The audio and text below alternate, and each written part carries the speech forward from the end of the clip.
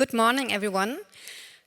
I read the newspaper today. It's not a populistic newspaper, it's a very renowned newspaper, Tagesspiegel, and I would just like to give you some of the headlines.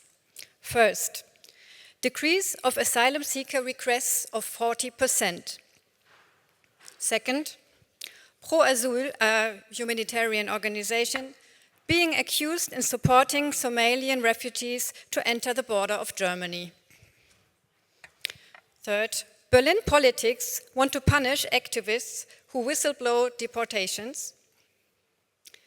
Maximum 40% of migrants per school, critical voices against our Minister of Education, Karin Prien. Shortage of labor, new program brings Mexican to Germany. Companies afraid of economic losses due to border controls between Poland and Germany.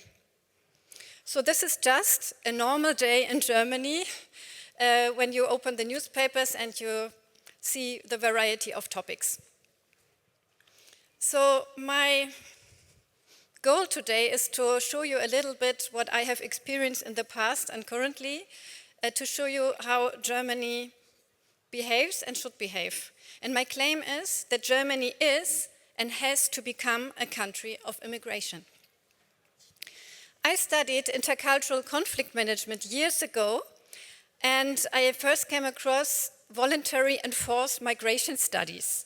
And this was for me really revelating because I have never had the idea about these concepts, and I learned about the importance of remittances, the problems of brain drain, and also that most of people stay in their home countries or their home regions, so it's not a real migration problem that we are facing here. In the past 15, 16 years, I worked and I founded EMA, as has already been presented, and I've worked a lot with the German federal government in programs called Fighting Root Causes of Migration. So I don't want to be too critical, I want to stay optimistic as our moderator has asked us to, but just the narrative of fighting root causes of migration is just, for me, something where things go already wrong. We should rather see creating positive impact through economic empowerment, for instance. And this is what I'm doing with my mentoring program. I have a mentoring program for 15 years already between Germany and African and Middle East countries. It's called WISAL, and there female founders are brought together all over the place, and they work together in order to empower themselves. So this is one of my really passions and solutions that I can humbly create here. But what I also experience is when I travel to North Africa, for instance, so many people want to leave. So many people have already left. And this is a problem. And now with the shortcuts of USAID, I get so many letters from really great entrepreneurs who say, we have problems, the programs have ended, what can we do? Last year, I went to Dresden. I don't know who knows Dresden. Dresden is the second largest city in Eastern Germany after Berlin. And there I started a new project which is called OWYO, Owe Yourself a Future, and it is dedicated to bringing internationals into the workforce.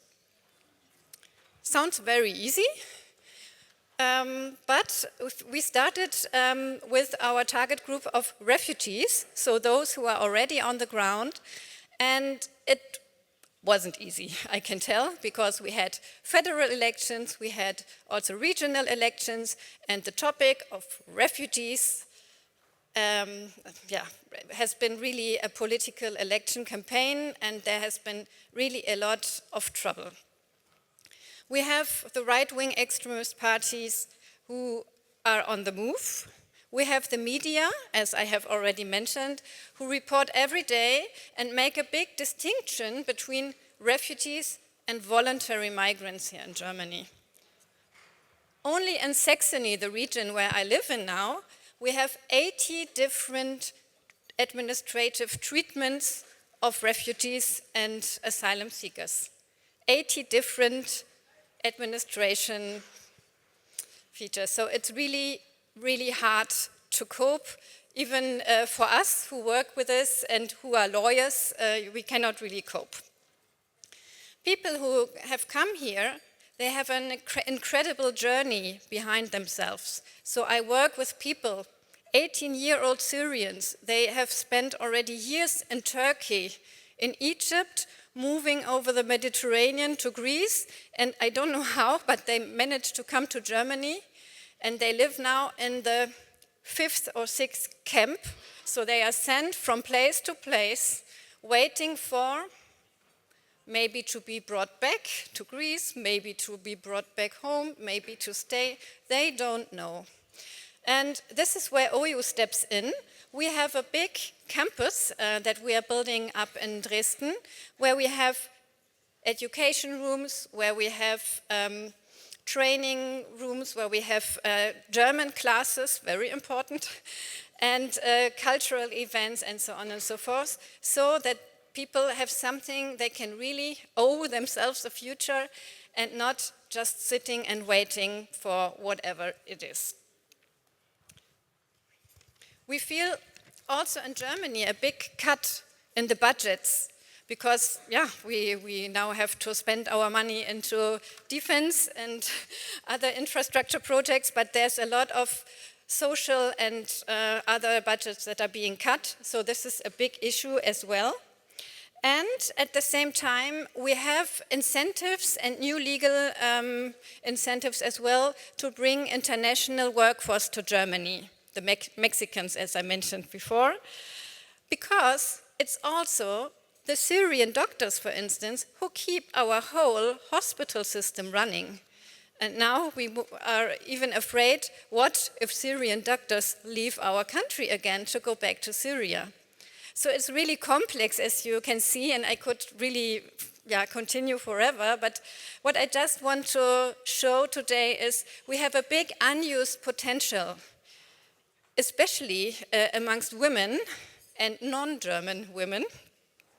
And so the National Agency of Labor is, just stated 1.7 million vacancies are currently open and pending in Germany. So our system is about to collapse if we are not changing our systems. In the 70s, Germany for the first time invited Turkish, Italian and other so-called guest workers. And there is this saying that we asked for labor, but human beings came. And yes, you are laughing, but still it is a little bit the same logic that we are living here. So I repeat my claim from the beginning, Germany is and has to become a country of immigration by humanitarian and by economic principles. My last question remains, how attractive Germany still is for skilled labor, because people also have very good offers elsewhere, and I think it's our duty as human beings, as employers, as society, as politicians, you name it, our duty to become a welcoming host country.